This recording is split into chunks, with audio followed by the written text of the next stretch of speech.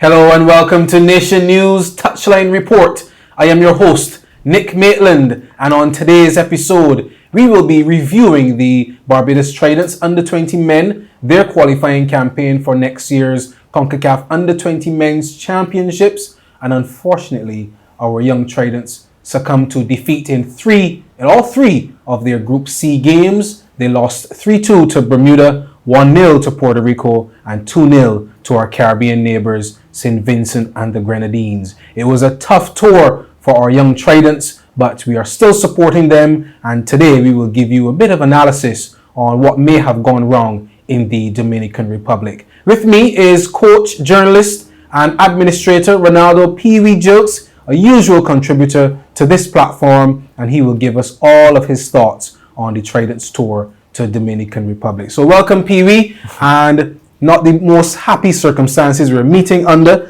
3 losses in our 3 games. What do you make of that tour? A bit disappointing, if it was to use one word. Disappointing with the word that would jump out first. Playing 3 matches and not earning a single point will bring great heartbreak to any Barbadian. I've had a number of calls and messages from Barbadians all around the world who had the opportunity to view the young Tridents via YouTube. It was definitely one of our toughest tours. And when you look at it before, when we did the preview, we always mentioned the inexperienced nature of the squad. You know, not just players, but also the management team, where you have a number of people making their debut. Coming out to the back two of not playing any football here on Ireland for almost, close to 2 years, almost. It would have always been an uphill task. Nevertheless, we're playing on the same pitch, using the same ball, coming up against persons that are of their age category as well. So once you're there, you have to compete. We had the disappointing result in the first game, losing 3-2 after being up a player for more than 70 minutes. Puerto Rico, I thought we showed a bit more oomph, a bit more commitment and dedication, and sadly we lost 1-0. We had our opportunities in that one as well. And then the game against St. Vincent, where I thought that we were definitely going to get 3 points because I followed St. Vincent in their previous game. They won the first game by default, but I saw in the previous game I was like, hey, we could beat this team based on what I saw. So losing 2-0 to St. Vincent, that was actually the dagger to the heart. When I look at the Tridents team, this team has an array of talent. They have boys who are committed and want to do well.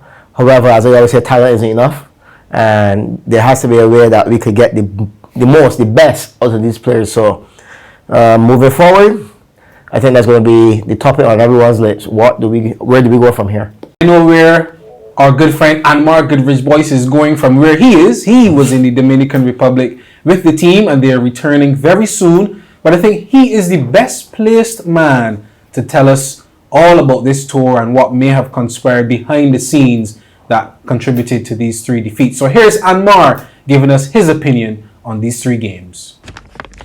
Well, it was a very disappointing campaign for Barbados in the Concacaf Under-20 Qualifiers in the Dominican Republic. The junior Tridents lost all 3 of their matches versus Bermuda, Puerto Rico, and St. Vincent and the Grenadines, and the results meant they failed to qualify for the Concacaf Championship next summer and ended their bid to reach the Under-20 World Cup in 2023. The first match versus Bermuda definitely set the tone for the rest of the tournament. Barbados were off to a perfect start as Bermuda were reduced to 10 men and Barbados were awarded a penalty, but it went downhill after as Bermuda scored twice in less than 10 minutes. Even though Zoe Morris equalized in the 90th, Barbados could not hold on to get a point, losing 3-2. Versus Puerto Rico, they looked a better unit but were undone early and could not find a goal, while St. Vincent and the Grenadines scored twice from the penalty spot to ensure Barbados came home winless. The Tridents lacked courage and were caught napping several times while surrendering possession. And unfortunately, at this level of competition, when you make those mistakes, you pay the ultimate price, and that is exactly what Barbados did.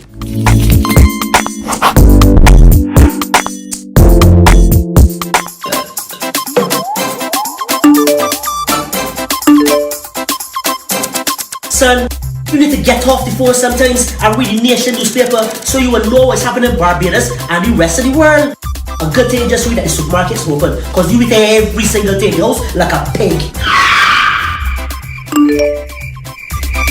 Son, come off that phone. I bet you do not even know that the government is offering us a Barbados Economic Stabilization Program, which is a 5-part, $2.3 billion economic plan to support vulnerable households, businesses, and to help we grow our own food. Wait, how you know that? Because I'm a digital subscriber to the nation's website, so I will get news hot off the press. Oh, I see. I would like to subscribe digitally too. But sir, you know you like to read my nation newspaper, man. Dad, you got choose. You can buy your newspaper and you can also subscribe.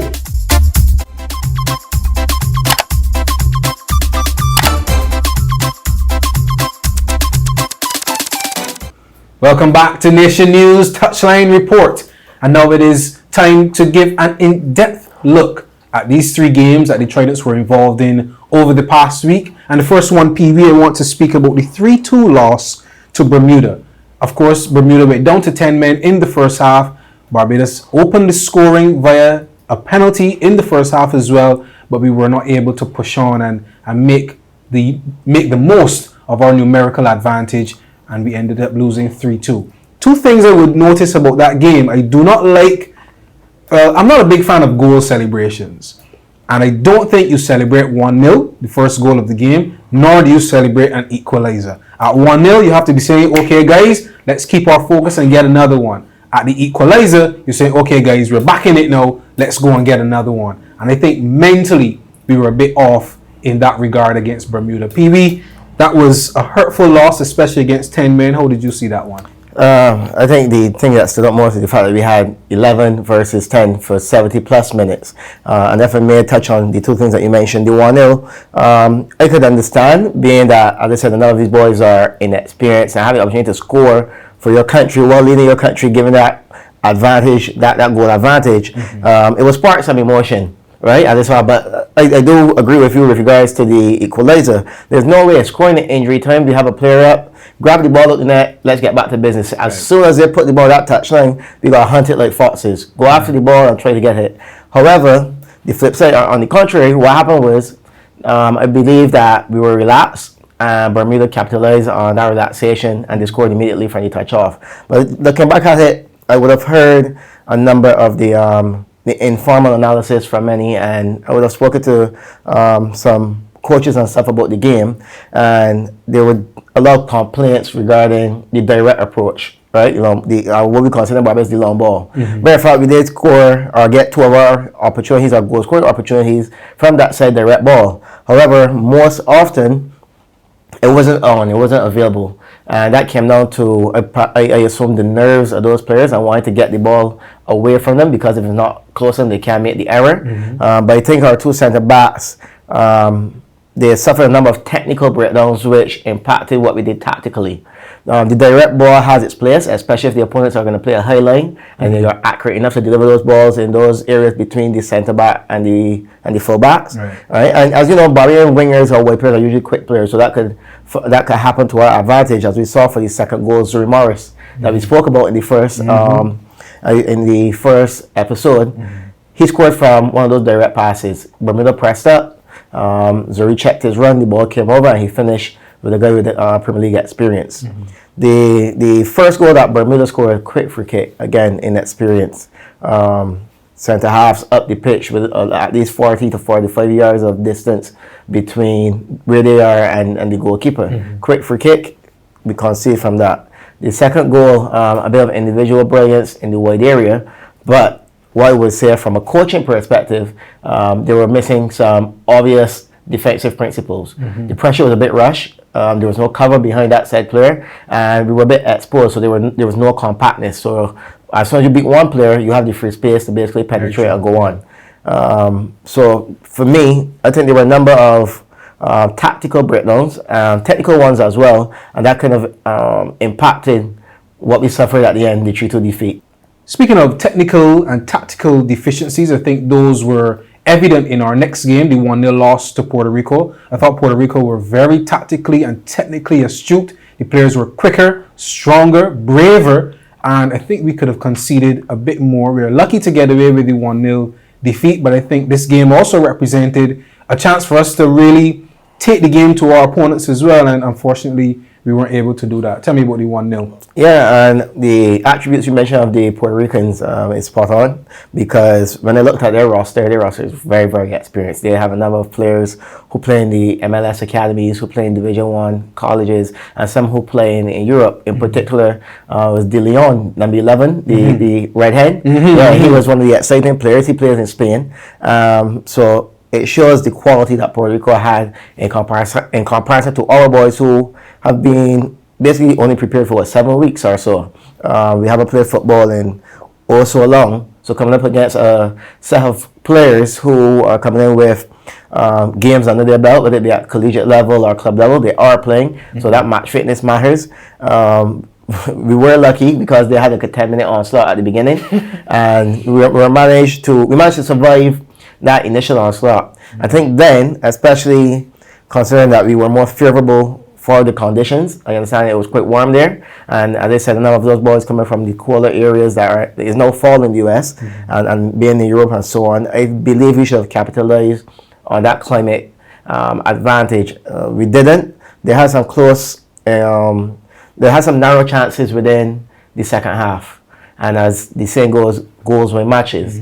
I think that looking back on it from a defensive perspective, we were a bit tighter, particularly between the midfield and defensive line. I want to mention it was good to see young Jonas Jonai utilizing his maturity and experience to fill a slot that he has never played before. Playing as a 6, as a holding midfielder, he's never played that before. Even where he's based in Hungary, he's playing a bit higher at the pitch. So for him to, put his hand up and say, "All right, coach, I'll play it for you. I'll play it for my country," was a big sign of maturity. But I believe against Puerto Rico, we should have gotten at least a draw. I believe we should have gotten a draw, because don't forget, Puerto Rico did not play in their first game. Exactly. They lost 3-0 by default because I understand there were some logistical issues with their documents. So we had a game under our belt. We know what the field was like. We know what the climate was like. So we should have gone to that game with a bit more confidence and a bit more surety to get the 3 points. I think we could have gotten 3 points again in our final game. We lost 2-0 to St. Vincent and the Grenadines. It was 0-0 at halftime. And I thought this represented a real good chance for us to leave the competition on a high. Even if we didn't qualify, we could at least gotten 3 points against our Caribbean neighbors. But that again was not to be. And then the game threatened to descend into anarchy in the dying moments. But that final game, what are your thoughts? Yes, St. Vincent was definitely, as I said, when I saw them play the game before against Bermuda, I know for a fact we were in better physical shape than they were from what I saw. So that in itself was an advantage. And then see them based on skill for skill on a technical level, I was saying, well, our players are superior in that department as well. 0-0 at halftime. We controlled the game for most of the first half. I would say, well, hey, 3 points are inevitable here. But then I imagine it has to be some kind of a psychological deficiency, some kind of psychological frailty that has impacted us. Similarly to us, they had a number of home-based players, and yet we had seen outclassed for a measure, especially in the second half. As I said, I think that we deteriorated psychologically. However, that psychological frailty was exhibited or was seen when we had the first penalty, which was, I think it was Tyreek within the Bailey Airways who tripped one of the players, and then we had another case where the ball over the top. This is just a message to those who play football or those young players. There's a clear cue, and football is measured by cues. There's a clear cue when the long ball is coming, and I saw that we never responded to that in the game against Bermuda and this Vincentian game where both the opponents played direct. Anytime the attacker head goes down, that's a cue for you to start to drop off, right? Because the potentially that long ball could come. If they play it short, the mere fact you have dropped off already, you could still go forward. But if you don't move, it means you'll be chasing and facing your goal each time. Leaving space behind you. Leaving space in behind. And that's exactly what happened. The long ball came, and then young Hudson was chasing, and he gave the penalty away. And then, sadly for him, he was expelled late in the end. So, three defeats. Tough pill to swallow, buddy. Very tough. Yeah, and I'm not very good at swallowing pills anyway. What's next for these under-20 boys? I imagine some kind of technical report by the staff where they will meet maybe, well, we don't have a technical director right now, but probably meet with the technical committee and then formulate something, probably a meeting with particular members of the board to see where we could go next, because we've played, maybe 9 games, 10 games in total as a nation. Mm-hmm. That concerns men, the girls, and the boys, and we've only registered 1 win, which came against Anguilla. And notice my analysis is based on facts, and it is not a case of sentiment per se. So we have obvious challenges, and make sure that those in the boardroom will recognize we do have these challenges. And just like us, they're Barbadians. They want Barbados to do well. Every single Barbadian, whether they live in Europe, Asia, Africa, wherever, once you're Barbadian, you want Barbados to do well. So those who are in charge, those who hold the decisions within Barbados football in their hands, I'm sure that they will do what's best and do what's next for these under-20s. We have the Nations League coming up in March, is it? Yeah. Hopefully, not hopefully, I know Coach Lahapi likes young players, and if they're young and good players, they will get the opportunity, like what you saw with Devontae Richards and Reed and those boys. So maybe Coach Fitzgerald, who works with Coach Lahapi and the senior team, maybe he could recommend some of these boys to come out and start training with the senior team so we can get prepared for March in the Nations League. Indeed, it's a long road ahead for under-20 men and as well our association on a whole. And when we come back to Touchline Report, we will be answering a very, very important question. Over the years, our forefathers have fought to build the foundation of our nation, a reputation crafted by credible, accurate, and reliable news and information. From St. Mary's Road to Fontebelle to the world at large, what started as a weekly publication has evolved into a daily staple. On the back of credible news, our arm has reached exponential heights, locally and internationally, with a daily local print readership exceeding 107,000, complemented by a digital readership of 65,000 daily. The nation holds Barbados' most extensive distribution network, the island's #1 visited website, and the largest combined social media following. A local industry benchmark that others only aspire to achieve. The nation is cut from a different cloth, yet sewn into the very fabric of Barbados, tailored to fit the needs of Barbadians everywhere. We have grown together, laughed together, celebrated together, and we have even mourned together. But through it all, it has been our duty to keep you informed. Because when you hear news, we remain your focus, and when we hear anything, you remain ours. Because our primary focus has always been and will always be the people of Barbados. Why? Because winners focus on winning and losers focus on winners.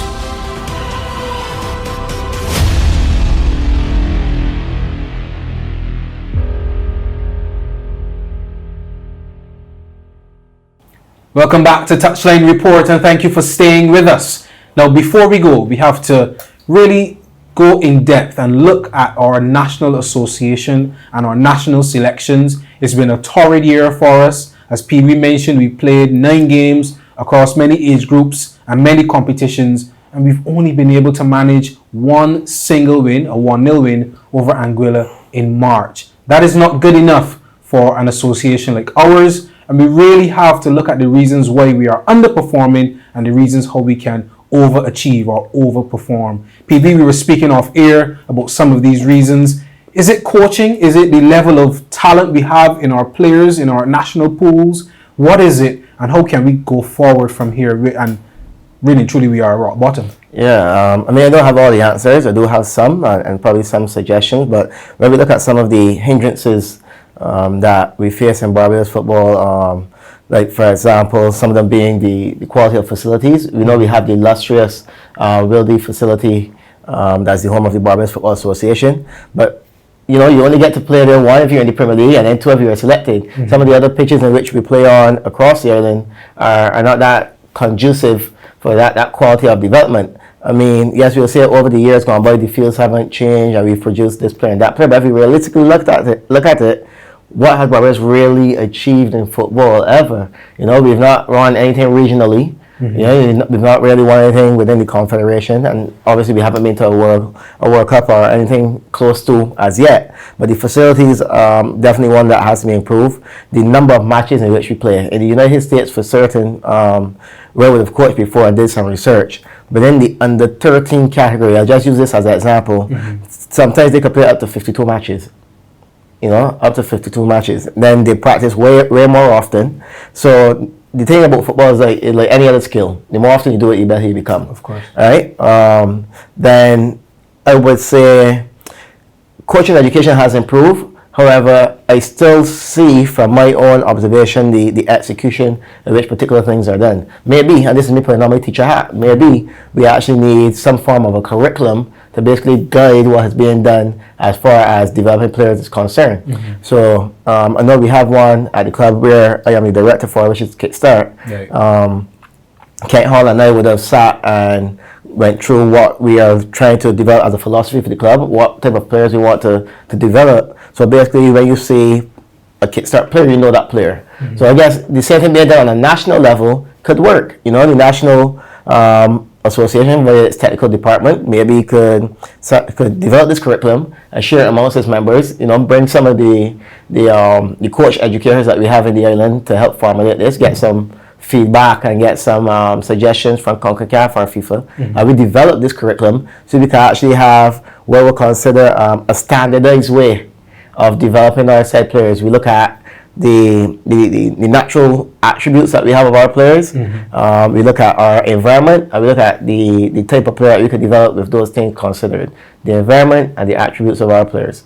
I like that point on the attributes, the natural attributes, because I feel like Barbadian footballers, we have similar attributes, very fast players, very strong, very courageous in the tackle as well. We may not be the most technically gifted in the Caribbean especially, but in terms of brute force, for the lack of a better word, we do very well there. Do we have to train our players in a different way and develop a new football culture? Is our football culture not conducive to competition play and being successful there? That's a brilliant question. Thank you very much. That's actually a very brilliant question, and it's something that I wish we had more time, or we had a different forum where we could open it to general dialogue, because the thing is about achieving success, international success, is that it has to be a shared idea. It has to be something that's identified with the people. Yes. It can't be basically isolated with just football persons. When we say we have to train differently, maybe usually at these competitions there is something called a technical study report, which is created by the technical study group, yeah. Right? Which allows you to see, that identify trends, things that could basically benefit your team. I won't go into too much depth because obviously, everyone who's watching is not really into the details of football. Mm-hmm. So we don't want to lose that particular audience. But what we say, the technical study group gives us an analysis of what we did well in and what we could improve, areas in the four pillars of the game, which is technical, tactical, physical, and psychological. So it basically gives you a gauge on how you can improve. Moving forward, I would say that we need the technical department of the FA to really start functioning in a manner where we could have, I would say, a strategic growth. Again, utilizing the coach educators on the island and the input from some of those experienced players and experienced coaches that have gone by. I'm sure President Harris has been around this for 4 decades, so he knows exactly where the particular parts need to be, filling the right holes and so on. Mm-hmm. So going forward, we need to, I think one of the key words here will be homogeneity. We need that collective work, body of work, yes. As one of my friends would say, that body of work, mm-hmm. in order to touch each area, because you can't isolate football. You can't isolate it, but first of all, I think we have to find a way to get back playing the game here on island. As we know, there's the safe zone proposal that has gone out, or safe zone mandate that has gone out with regards to health. Yes. Maybe something could be created similarly for sports with grounds that are enclosed, similarly mm-hmm. to like Kickstart, Carlton, Empire, University of West Indies. Mm-hmm. And who knows, maybe it could prompt or aid rather the government's vaccination program. Who knows, but maybe we could start looking or trying to find ways to get the game playing again on the island. Indeed, and to borrow a line from famous reggae singer Buju Banton, it is not an easy road, and definitely will not be an easy road back to the top for Barbados football. But with persons like Renaldo, Gilkes at the helm, at Kickstart, and all these other clubs, I'm sure that Barbados' football is in good hands, and we trust our coaches, we trust our management, And as PB said, it takes an entire effort. It takes a nation to raise a national football team. And definitely we need the support of all of you. I know that some of you may have your opinions on where do we go from here as a National Football Association. So leave your comments here on YouTube or on Facebook or Instagram. Leave your comments in the comment section and we will definitely be taking those into consideration and may pass them on to those in positions of power. So you never know, you could get your opinion heard. But for now, we will leave it there, and until next time when we discuss the happenings in Barbados football. So Pee-wee, thank you again for your insight and your intelligence, and thank you for being a great audience. My name has been Nick Maitland. Thank you for joining us on Nation News Touchline Report, and we'll see you next time.